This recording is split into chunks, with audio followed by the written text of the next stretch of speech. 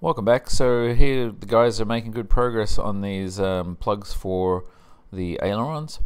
So this is one of the lower ones, and this already has had its second coat of primer on there, and it's got its guide coat on there, and same with the other lower one. And the upper ones have had their first coat of primer put on there, and obviously the guide coat on there.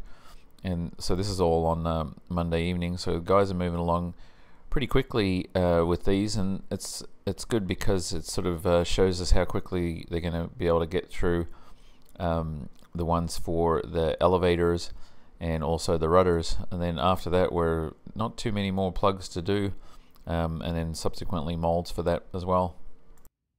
And they've also been piecing together how the braces are going to be for this one. This is the sort of last or second last bit of the lower cowling for the fuselage there, so it won't be long and they'll be able to trim that and get it all glassed in. And back on the engine, so got all the rest of the pieces done, got that wastegate all hooked up with the vacuum line, or actually the pressure line on there, and a bunch of other different things all installed now, and everything that I basically needed to do prior to getting it ready to start again. I've got the governor disconnected right now because we don't have the prop on, and actually put this pressure gauge on there so we could see that, but when we first fired it, it leaked, so we just basically blocked it off. I just was going to use that for a test just to kind of see what sort of pressure the governor was putting out, but when it started spewing oil out of that black regulator valve, we figured there was plenty of pressure there. Anyway, so we'll be putting the prop on here tomorrow as well, and giving that governor a proper test. But I've got it all wired up there. You can see the wires there from that, and we're going to have to heat shield around the exhaust manifold there to stop it from melting those wires. And as you can see, you got the governor controller installed there in the panel, so you got the switch there up and down for the RPM, and there's also one button there that you can hit to make it go to max RPM. So it's all done and ready to fire up.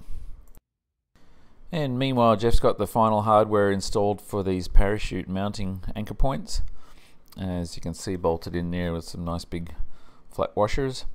And he's got these hard points in there for the mounting for the gear pump, hydraulic pump, and various other different bits and pieces that he's working on inside the fuselage there are all coming along. So here's the engine again, and just one more look before we actually go to fire it up.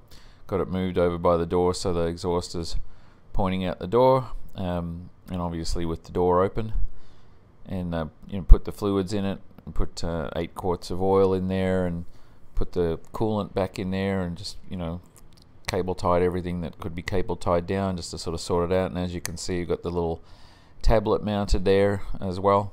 Anyway, you'll see it more of that in a minute. And the guys are flying along with these now, so these are the upper ones there, halfway through sand, or more than halfway through sanding on that one. And so this is today, and the other lower ones still need to be done, but they're moving along with the upper ones, so they could get them primed again with the second coat of primer before the end of the day. And here you can see Zach's just filling. There was a few little porous kind of holes in that one. He's just filling those before he does a final sanding on there. And this is at day end. Jeff went and sprayed both of the upper ones with the second round of primer, so those will get their guide coat tomorrow, and the guys will be able to get on sanding on those. So this one here, the lower ones are already on the second one now, so just doing the final sanding there, and then they'll be ready for waxing, and then not long after that be ready to pull the molds off of that. So moving along pretty quickly with that. Seeing we only started cutting the plugs for those, or making the plugs for those, last Monday. And back on the fuselage, Jeff has now test fit the bulkhead pass-throughs for the air conditioning system. So 2 of those ones are for the air conditioning and 2 are for the heater core. And on the inside, we've just basically doing a test fit to see how the connectors fit in there and tighten up. So that's moving along nicely. And as you can see, the engine's running, so I just did a little bit of a close-up here just to see what's going on in here. We've noticed that one of the spacers in there is kind of moving a little bit. It's a little bit too small, actually.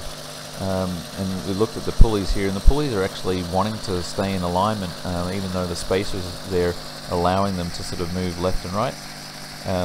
But anyway, we're probably going to have to think about whether or not we need to put some larger spacers in there just to stop the aft and forward movement of that lower pulley. Anyway, as you can see, here it's running. We've got the tablet running there showing all the gauges, and need to get the prop on tomorrow and have Ed look at the ECU output remotely, and then if everything looks good, we'll be able to start running some hours on it. So anyway, you'll see that next time. That's our update for the first half of this week, and thanks again for watching.